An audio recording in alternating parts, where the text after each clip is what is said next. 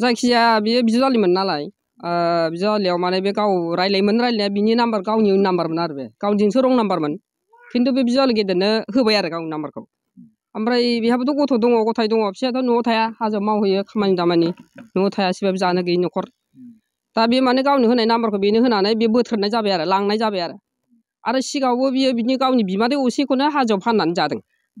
आरो दाबो बिनि बिजावजाखौ लांबाय बियो ओमफ्राय जोङो बेखायनो जों मानो मबाइल रायलायबाय थायो होननानै जों रायफैयो आरो मालाबा हाफेन गाननानै थानाय लाजिया मोजा जोंनि बर' हारियाव बिदि नङा होननानै जों रायफैयो हासिनो नागिरो जों बुनो नागिरो मालाबा जों खनथाम खनब्रै आरो बेखौ रायनो फैनाया आरो बुनो फैनाया ओमफ्राय बे जोंखौ दम होयो माने गोरा गावहासो मा खालामो जोंनि खुसि होनो नोंसोर मा खालामनो नोंसोरबो गान होनो नों बर' हारियाव फैबाय नोङो बर'नि नोङो गाननाय जोमनाय जानांगोनथ' बे टाउन सहरबो नङा जों बिदिखौ नायनानै थाया जोंहा फिसा फिसौ दं जोंहा लाजिनांगौ दं होनना बुङो आरो ओमफ्राय आरो नों मानो मबाइलखौ मानो खोमाव लाबाय थायो होनलाय होनना बुङो आरो ओमफ्राय आंनि खुसि बे आंनि मन्जुर आं जेखि रायलाया जों थाङा होनना बुङो आरो बे आखला एखे निस्पति गाज्रि बेखौ माने दा लांग्राखौबो नांगौ लांजाग्राखौबो नांगौ जोंनो एखे कारेक्ट जोंनो नांगौ लाबोथारनांगौ बिथांमोनहा जोंनि खाथियाव लाबोथारनांगौ जों मा खालामा जों खाथियाव मोनबा हयथ' जों बेखौ माबा मोनसे खालामगोन जों बुनानैबाबो बेखौ थाबायनो हायै खालामगोन जों ओरैबायदि दुखु दङ दा जानो गैयि न'खर बेयो मावरिया खावरिया दा फिसाया हनै फिसालाया बेसे आवराखौ दा ओंखाम जायाखै सिबायफोर दाख्लैनिफ्रायनो हौवायाबो गाबबायगासिनो दं बिमाबो गाबदों जोंबो दुखु मोनदों आरो ना गथ'आथ' दा 13 मासल'सो जादों हौवासायाथ' 8 बोसोर जाबाय गेदेरा बेखौ मानो गारना थानांगौ बेलाय आरो सिगाङावबो बिदिनो बिदिनो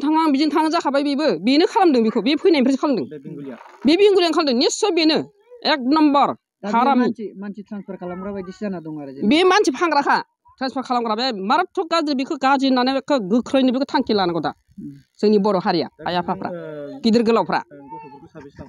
गथ'खौ गाहा हिनजाव सासे हौवा सासे गेदेरा हौवासा आकिन होनो फिसालाया ओमफ्राय फिसाजोआ आनि होनो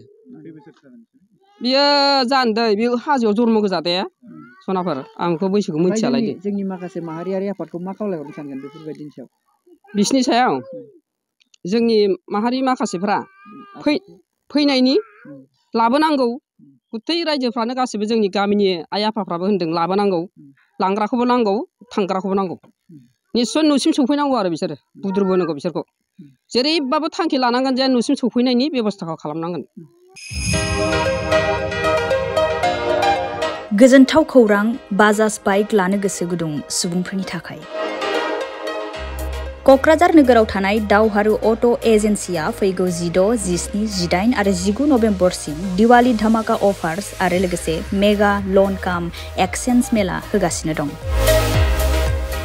दावहारु अट' एजेन्सियाव बायगिरि बिथांमोना लवेस्ट डाउन पेमेन्ट होनानै बाइक लानो हागोन आरो एक्सचेन्जनि खाबुआबो एभेलेबेल जागोन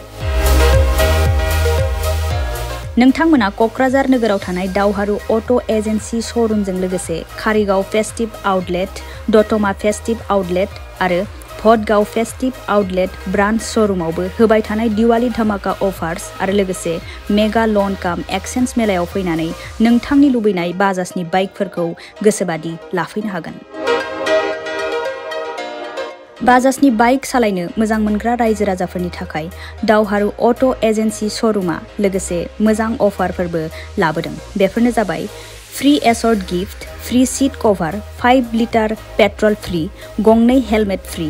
12 टाइम्स फ्री वाशिं कुपन आरो बाइक बायगिरिफोरनो बाइकखौ मोजाङै साखोन सिखोन लाखिनो थाखाय 12 टाइम्स फ्री वाशिं कुपनबो हरनाय जागोन